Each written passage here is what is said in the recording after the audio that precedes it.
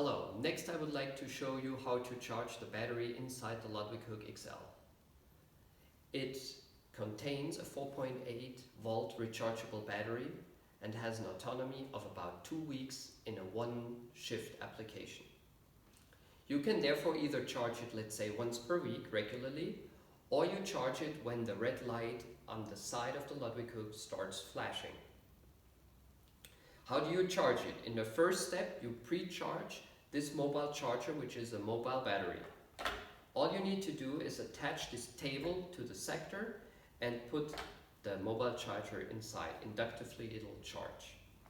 Once it's fully charged, you take it and you attach it to the LUDWIG HOOK XL. Once you've made connection, the battery is going to transfer energy to the battery inside the LUDWIG hook.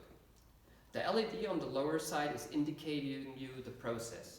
Once you've reached green light, the charging process is finished and you can go back to work. Thanks for your attention.